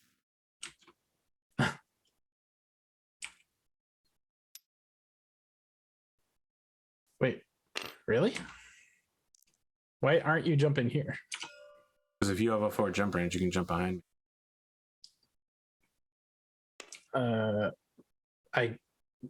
Oh, you'd be in deep water. Yeah. Yeah. You make a great point. Thanks. Like that is without a doubt the best move. I was like, you not only, I mean, not do I not have a place to go? Thank you for letting me know that, and I will pay that karma back to somebody else down the road. I was like, why is he going here? I'm a lunatic, apparently. All right, now you DFA me. That's well. There's literally only 2 things I was thinking of doing that, and I don't think because of these double penalty for movements, I can't charge. I'm pretty sure I can't charge, even with supercharger, because I'd take 1, 2, 3 to turn around, 4, 5, 6, 7, 8, 9, 10, 11, 12. Oh no, it'd be just enough because it's heavy woods. Holy crap! He got we're me, going guys. for it. He's gonna push me into that 2 deep water, and that's it. I'm done. And then, oh, wait a minute. Hold on. Did we ever? You Sorry, said is her cockpit cracked? Is it breached? No. It's not. Well, it is breached. Yes. Oh, fuck! I don't want to charge her and kill her. What were the 2 criticals? On for the left arm. A 3 and a 4. 3 and 4. All right. Just some hand and arm actuators. I don't need them. I'm not gonna be throwing hands with you, probably. So before I do this, if I do charge and I knock her into the water and her head is breached, can I use my edge to save her? No. She would die. She can use her own edge to save herself. Okay. All right. Then Listen, sure, I had to stop letting people use edge on each other because it was getting fucking ridiculous. No one ever was in any threat. I mean, in this case, I'm not actually going to try to kill one of our own members by drowning her in a swamp. But Now, I am going to. Let me say this before you do it, right? Have you ever seen GTA 5 RP, like no pixel? RP, no pixel, no. Okay, so here's what happens. It's like a bunch of streamers who have a modded version of GTA 5 World, where they've modded in like the ability to buy buildings, and like some of the players play as cops, others play as criminals, others play as normal people. And so normally when you get killed, right, you lie in the ground and then EMS comes and revives you. But sometimes you decide that you're done playing that character and you do something called permaing. That's, you know, a lot of the criminals, they just shoot a bunch of people because they know they're all going to come back to life. But then they get shocked when someone permas, and they go from a weapons assault charge to essentially like a death warrant, right? Like you killed somebody. So now if the police catch you, it's not you go to jail for 2 hours in game. It's your account is deleted. Your character is removed from the game. And so there was this guy that shot his business partner. It was like the mayor shot the assistant mayor, and the assistant mayor was like, you know what? Fuck you. I perma, bitch. I perma. And everybody goes, oh my God, this dude's been playing that character for 6 years. He just permed. That is, oh my God, that's so insane. I'm just telling you, there is a possibility that if you push her in the water, I just let her die, just to torment Cosmo forever. She intentionally does not use Edge just to say, you should have supported Saya in the interview. All right, let's do the shooting phase. I'm charging. I don't have a modifier. Yeah. All right, so 2 + 1 is 3, 4, 5, 6. Listen, if you're charging me, I'm just gonna go absolutely ape shit on shooting you. This will be one of the last rounds for sure, if not the last round. I need to hit 4s. 6 damage left arm. Left arm. Okay. 6 damage center torso. Got it. 6 damage left arm. That's all the armor. 6 damage right torso. All right. I really couldn't force a breakthrough anywhere, huh? Nay. The heat penalty on this is going to be enormous. So I built 5 plus 20. I built 25 heat, so I'm at plus 13. So I'm at 15. 3. So you need to make a PSR for. Sorry, you need to make a PSR for each step you took. Right? Oh, yeah, you're right. I forgot about that. Right. Yes, I know I'm right. And then you'll have to make a PSR for being shot while moving. What did I say? It's a +1. Yeah. That's a pass. All right. Okay. Can't That's pass the second forever. one. All right. And now you what need to do for the charge for the being interrupted. Yeah. This is a +0. For every attack? Or just No, once? just I think it's just when you're attacked, you make 1 period. Okay. I've never been able to get a clarification on it, so I decided to do it the less dice rolly way. Yeah. Okay. So I'm a base 2 pilot. You have an evasion 3 for 5, heavy woods for 7, darkness for 9. Yep. It's a little higher than I would have liked, but oh well. Boom. I connect. Well, that's really, really bad for me. It is because, well, I didn't even move that far, so the damage won't be that high, but the fact is you're displaced. So I only moved 1, 2, 3 hexes. And No. You don't need to listen. Let me tell you what happens. You rush through these heavy woods like a madman, all right? Her venom is standing there like in a braced position, but we can see that all the armor has been shot away from the cockpit. You slam into her, and like her cockpit is pressed up against yours, and you can see her like, no, as her gyro's going insane and just being displaced. And like you push her over the shoreline, and she's falling into the bog, and she's just no, and pulls one of the yellow straps. I stick my head up for her to jump into. She ejects, like her seat is thrown out the back of the cockpit even as the mech tilts in. You know, she is going to be so fucking mad. Yeah. She's definitely super duper pissed.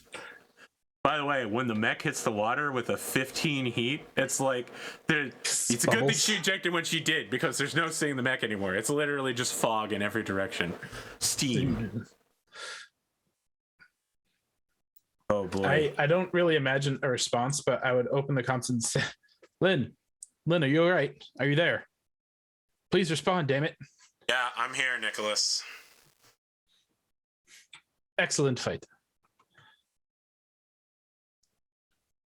I preferred a better battlefield. I actually thought this favored you quite a bit with the darkness, but Yeah, you think so? well, I just got lucky with my mines is all. You can see Good strategy her, on both our parts.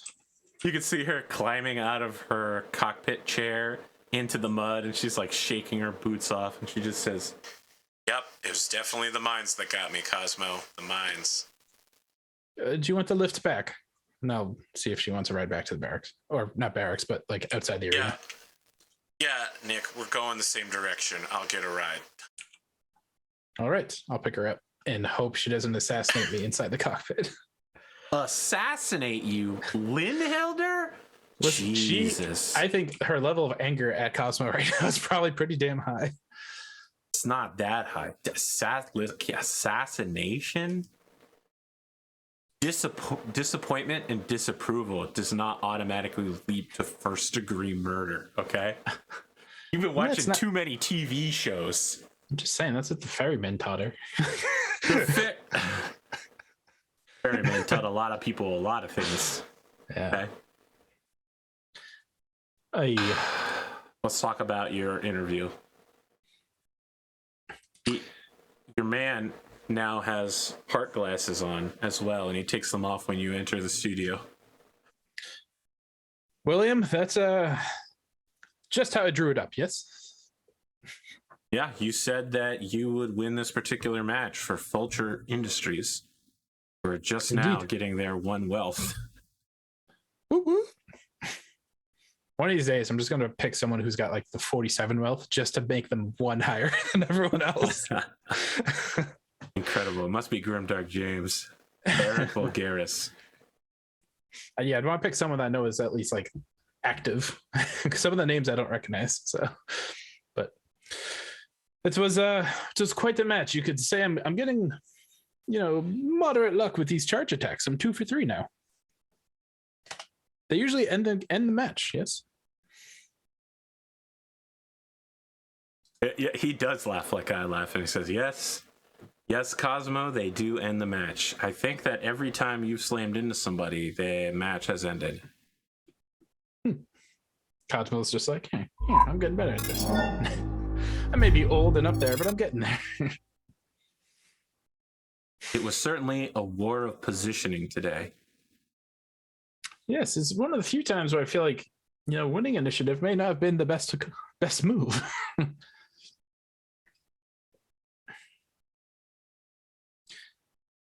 Hey. I like those sunglasses. Thank you. I'm glad you are still representing her. I do feel bad what has transpired. What? The Sire sunglasses? Yeah, again, look, I'm not going to comment on Saya. Let me be clear here. Like several of my colleagues in the entertainment industry, I recognize high fashion when I see it. There's no denying that, William. He does, however, pick out a banana, kiwi, strawberry smoothie and start sipping on it. As much as he may say he doesn't support Saya. I was going to say Cosmo will say I can read between the lines, but I think they both just know, so he doesn't say anything.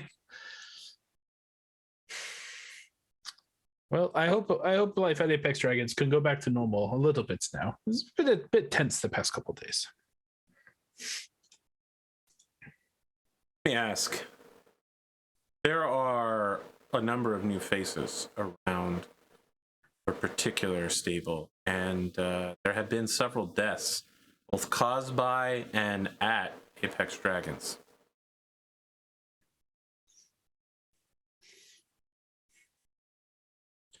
Yes. I want to know what your thoughts are on that.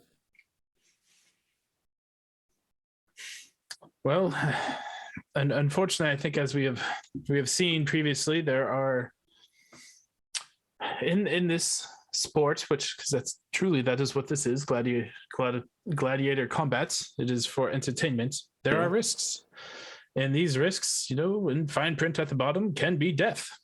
And unfortunately, we are hitting a bad string of luck right now with that. And it does appear Apex Dragons is heavily involved in that in particular, but I will say it seems far more common. The bigger the mech, the bigger the guns, the bigger the risk. That is why you find me in light mechs. Let me ask you about someone in a fairly heavy mech. Conor McGregor. Have you caught his last match? Indeed. How do you feel about his opponent showing him mercy after he has killed so many mech warriors in the cockpit? Well, I'd say bravo. I can't remember his opponent's name, but bravo to insert opponent name. Payne. Yeah, that was it. You will know pain. I think we could do with a little bit more of that, and it's not like I do not think the circumstances are the same, right? When Hunter, unfortunately ends someone's life, it is usually a headshot. Mercy, in the way that Payne shown, was he stopped firing on a disabled mech. It was not like he stopped a headshot. Those are not the same in my eyes. It is still admirable either way. So I do appreciate the gesture that Payne has shown Hunter and thus Apex Dragons. I had several more questions, but we're almost at the end of our time here. So I'd rather finish up the rest of the event. Understood. Thank you, William. So you get one experience for participating in a match, another for winning while guaranteeing victory, unless you'd like to take a glory. Nope, because that gives me 54, which is the amount needed to become legendary. Yeah, buddy. Fucking legends out here again. But real quick, after the match, I'd head to the Eye of Providence. Oh, I forgot to. Whatever, I'll do it next session. Head to the Eye of Providence to meet with the Gamble representative and say, looks like we did well betting on Solaris Nights Centurions, no? And he'd say something like, yeah, they won. I was like, no, I did not bet on who won. I bet on the injuries. There were 3 injuries in that match. Sounds like someone's been watching Lawson's. I have watched the Solaris City Centurions one, especially week 2 and week 3 so far. True. I watched them much faster though. For the folks who don't get on Discord, the guy who made Saya and also made the Solaris Centurions has been running a mech football league privately and released some of his results, I guess. He posted, each video is about 30 minutes. So it's pretty lengthy to watch little dots kind of going like this. The 2 I watched were not. If he thinks they are, his mic might have been off. But yeah, it was kind of cool. I'm a huge football fan anyway, so it was kind of cool to watch, to see, and then imagine they're mechs, not people. But, I would talk about what you want to do. Training with Brody, training an intern, perhaps. So real quick, I'd also want to go to the Gambler's Den to take part in the Blackjack Deuces. Gamble's right. Well, thingy. Roll 2d6, I guess. 2d6 plus instinct. Oh, that's a shit roll. Can I use my edge on this? Sure. I don't think I've used my edge on anything else. Where's instinct, first of all? +1. Okay, so that's only a 5. We can do better than that. Barely. That's 7. Okay. And so yeah, Cosmo plays blackjack, drinking primary vodka most of the night. And I would like to train with Caspar, and I'd ask him, because I know we're short on time, how's the Paramount Marauder going? Have you tried the virtual reality pod? And any ideas on how the quick draw is going? We've right. engaged. We're going too fast. We're going too fast. Okay, sorry. I didn't know if you wanted to just quickly wrap up or not. No, Sorry. no. This is an important part. You gave him a Marauder? Not the mech, the Paramount Marauder, like the tank vehicle thing. Oh, yes. Yeah. All right. Now I'm back with you. Yes, it's going well. He is enjoying the VR pods. Technically, his training is now complete. You can sign him off to be a full gladiator. I will send you his current stats. Woo! I never made it this far last time. Or if you want to, you could continue training him. I would let him decide what he wants to do. If he wants to fight, then I would. Maybe you want to look at his stats first before you make. Ooh, yeah. Maybe he should keep training. Yeah. He'll. Please continue, Governor. I will suggest that he continues training with me. I don't think he's ready yet. However, if he is firmly opposed to that, wants to fight, I'll let him fight. Look, if you think he's ready, he thinks. I do not think he's ready. Okay, then he has no problem with continuing to train. Good. Wise choice, Caspar. Okay. How has the virtual reality piloting pod been coming? Good. Is it big difference? Yeah. I've noticed you are more steady now when maneuvering through the obstacle course. Good. It's different. Excellent. Feels more real. And I have put out a couple feelers out to our investors to see if someone would be willing to get you a mech of your own. You don't seem to enjoy the quick draw too much, but perhaps if they modified it to fit your needs better or got you a mech of your own. Either way, I do hope something comes in soon.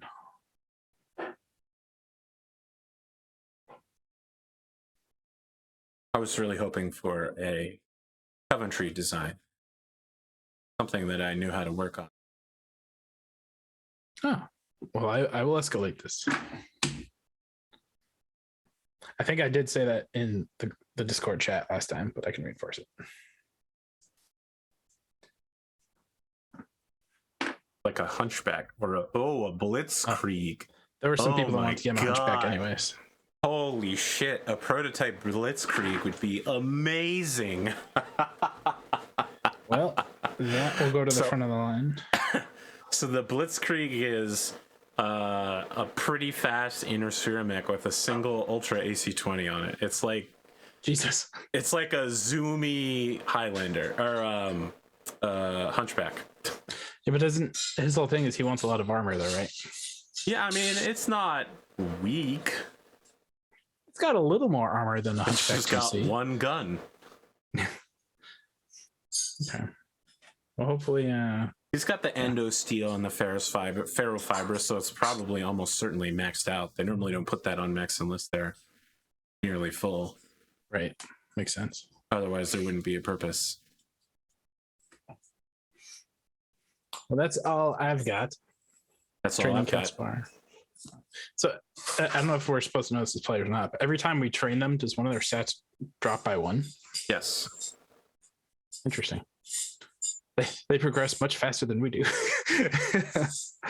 Yeah, but like you can't make one like a 2-3. You know what I mean? Like Yeah, I was gonna say if I just train him for 10 more sessions, he's you a get 0. them to a non-useless level of piloting, and Yes. then if they're lucky, they get an SPA or two, and if they're not, Sure. they keep training. Sure, makes sense. They're like Cool. gotcha characters. Fortunately, not everybody's as good as Sayo or Astrid. Or Yeah, I kind of wonder what he started good. at, to be honest. well, see, the thing is that I think Astrid was a 2-5 by the time Just good at shooting. Hillbilly stopped training. Well, yeah, because she started off as a hunter, and everything she did was live fire. So she sucks at piloting the mech, but she's great at shooting. Yeah. Makes sense. Right. So good session. That was another long one. Sorry, When's everyone. the next time we can get you in a mech cockpit? Because it feels like it's going to be a bit. I might have to ping you that back. All right. we'll figure it out. Mid-December. Could be a while before we hear from you again, is what I'm hearing. Yeah, I think probably Not not the the eighth. not the next 2 weeks. I don't think, but I'll let you know. Okay. Happy Thanksgiving, friends at home, since the day you'll be, well, Americans at home or people who enjoy American holidays, you know. Some people will celebrate American Thanksgiving just because it's a nice day to eat some turkey and pumpkin. Stuffing, cranberry sauce. Listen, one of my Australian fans has for years been fascinated by the concept of American stuffing. Interesting. What, She any asked me reason? for the recipe. Listen, I don't think they do stuffing in Australia. Interesting. Grimdark James, verify. Not James. Oh, you're asking if James can verify if they do stuffing. Yeah. Well, I don't know. I only know what I've been told. Let's talk about mech repair. Took some hits, right? Yeah. You did go internal. Yeah, you got spicy boomed. It's a custom light mech with internal. So that's 3, but mech tech and the ubiquitous. So 1.